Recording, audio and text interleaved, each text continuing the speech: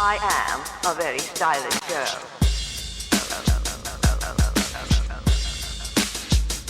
Other reasons why we follow you around the store is general tidiness of the store. There have been tons of times where I will be at work and I've spent the entire day cleaning up the store, and then all of a sudden a customer comes in and this is what they do. Oh, I like this sweater. Oh, yeah. Whatever. You people are pigs, man. I have seen people pick things up that were beautifully folded and then just drop them in a pile. I have seen, like, people look at something on a hanger and then it falls off the hanger onto the floor and they'll pick it up and just drape it over the hanger rack, or they'll just not even do that and just leave it on the floor. Do you not know how to fold clothes? Do you not know how to hang things up on a hanger? I'm really scared to know what your house looks like, because honestly, it must be a disaster. It's really rude and inconsiderate to purposefully make a mess and then make zero attempt to clean it up. I mean, I understand we're the ones who work there, you're not, but seriously, have some decency or just some consideration. I mean, that person has already spent a portion of their day making sure that everything was neat and tidy. You could spend 5 seconds making sure it stays that way. Oh, this sweater's really nice. Oh. It looks expensive. Not really my size. Okay, never mind. It really doesn't cost you a thing. Oh yeah, if we're following you around the store, it's probably because we're refolding everything that you messed up, because we've spent all day trying to keep that thing tidy and you are destroying it. Another reason why you get followed around the store when you're shopping, huge mystery, we might actually be trying to assist you. I know, who would have thought customer service, right? Yeah, chances are we know what's in the store better than you do. So if we are approaching you and asking you questions like, did you have any questions? What size were you looking for today? So who's this for today? Are you purchasing for yourself or a friend?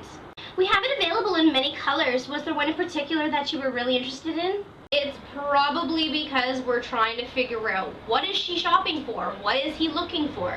You know, I mean, because we can probably find it faster than you can, considering we're there 8 hours a day, 5 days a week. Now, sometimes salespeople get accused of being pushy. Maybe it's because we've asked you all those questions earlier on. Maybe it's because we are trying really hard to help you. Maybe it's because we're giving you lots and lots of suggestions of things that you could purchase. Believe it or not, if you're not on commission, we actually don't care whether or not you leave the store with or without bags in your hand. Really, it makes no difference to us whatsoever. We're just there to pass the 8 hours until we get to go home and collect a paycheck. And even if you are on commission, you usually don't make enough in commission to care that much. Usually the reason why salespeople are pushy is because their bosses are making sure that they're being pushy. I can't tell you the amount of times that I've had bosses come down on me and say, well, why didn't that person purchase something? And I'll say to them, because they didn't find what they were looking for, or they need to consult so-and-so before they can buy it. And they're like, well, you know, you should have made the sale. It's like, you know what, honestly, I can't put a gun to this customer's head and make them buy something. I can't lock the doors of the store and threaten to not let them out until they've made a transaction.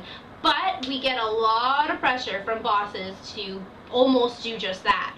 So if you see somebody who's pushy in a store, look around the store. Chances are their boss is standing somewhere in the store staring at them, making sure that they are being a big annoying douchebag. And you know what? They're not enjoying it any more than you are. So the least you can do is just understand that and be a little bit nicer. Even play along for a bit, you know, and at the end of the day, if you said thanks a lot, or you did a good job, or hey, I know your job's hard, thanks for putting up with me, we'd appreciate that a lot. Another thing customers do sometimes is they'll go into a store and maybe they've had a really bad day, or maybe there's just something going on in their life and they're really stressed out, and they start freaking out on the sales associate.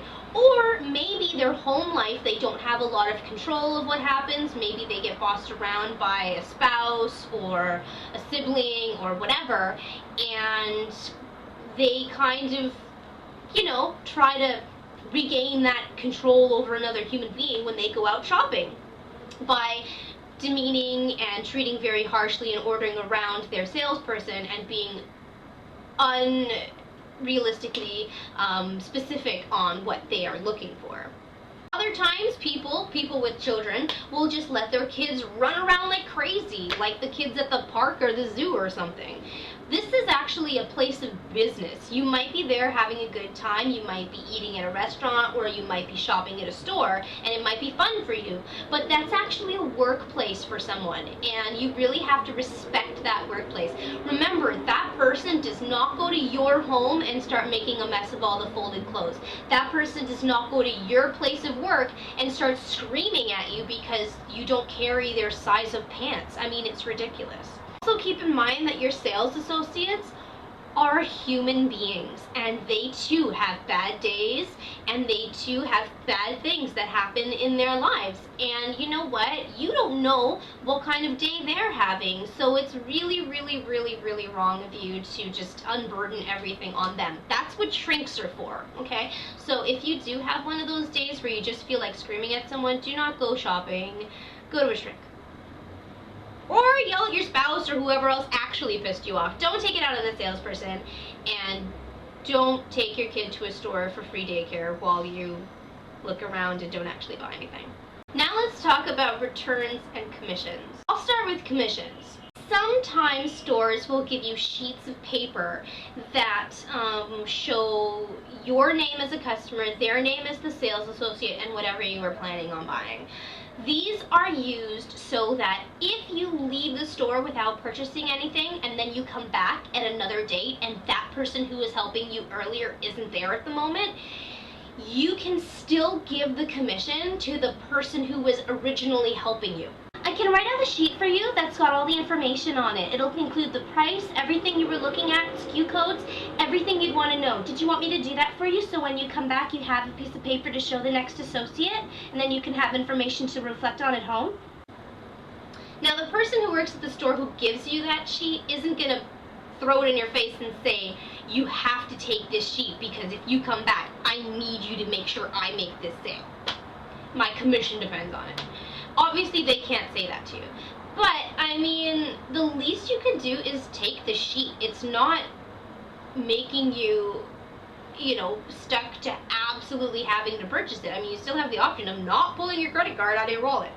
But, yeah, I mean, just take the sheet, because on the slight chance that you do actually come back to the store and make a purchase, you want to make sure that the person who's worked super, super hard to help you actually gets that commission, because it's not fair that they don't, and then you come back another day and somebody who did no work to help you picks up those bucks, right? Always make sure that the person who helped you the most gets the most credit on the sale that you make.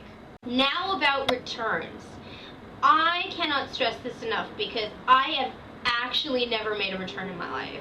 I make damn sure that whatever I'm purchasing is something that I cannot live without. So I really hate it when people come back to make a return, especially when they come back like this. Well, you know what? I didn't know that I was supposed to bring it back within 30 days, okay? And I don't like it. It's not what I wanted. I just don't want it. I just want my money back. Okay, why don't you just give me my money back? Yeah, well, I'm not leaving the store until somebody does something. I'm just gonna stay here. Yeah, right here. I want to return this shirt because, like, I bought it and I wasn't sure whether or not I was gonna wear it to this party that I was supposed to go to, but now I've decided I'm just gonna wear one of the things I already had. So I'm gonna return this shirt because I just bought it in case I was gonna wear it, and I'm not going to, so I'm bringing it back.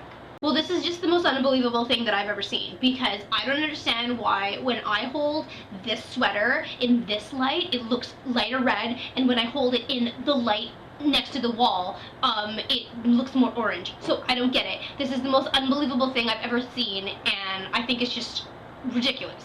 You know what, people? Making a return actually has a pretty big effect on the people making the return for you. If that person made a commission off of that sale, you just took their commission away. And a lot of the times people in retail are making practically no money on their paychecks. If you're making commission, you're making pretty much even less than that. So it really hurts the paycheck when you make a return. I'm not saying don't make returns because I know you're going to do it anyways, but at least be smart enough when you're making your purchase to limit the amount of returns you're going to have to make by actually making sure you want that product before you purchase it and take it home, because you really are screwing with somebody else's numbers and somebody else's livelihood. You really are. So just be a little bit more cautious when you purchase something to make sure it's something you actually want and actually need. So that's pretty much everything that I can think of right now about lessons in retail. So if there's anybody out there who works in retail and seriously sympathizes with everything I just said, I hope you comment happily on this video. And for those of you out there who have never had a job and have been going out into the world and have been, you know, rude or whatever to your retailer, maybe it's time to rethink the way you've been behaving, because it's not kind at all. Hopefully this video has helped people to be a little bit more respectful and courteous to the people who are serving them. Hopefully you're not watching this because you are angry at me for saying certain things. Hopefully you're watching this because you agree with me, or watching it because you were oblivious to all this earlier and this is actually interesting. Okay, that's it. We're done. Hopefully I didn't upset anyone. Okay, so thanks a lot for watching, you guys, and I'll see you again next week. Ta-ta! Bye. I am a very stylish girl.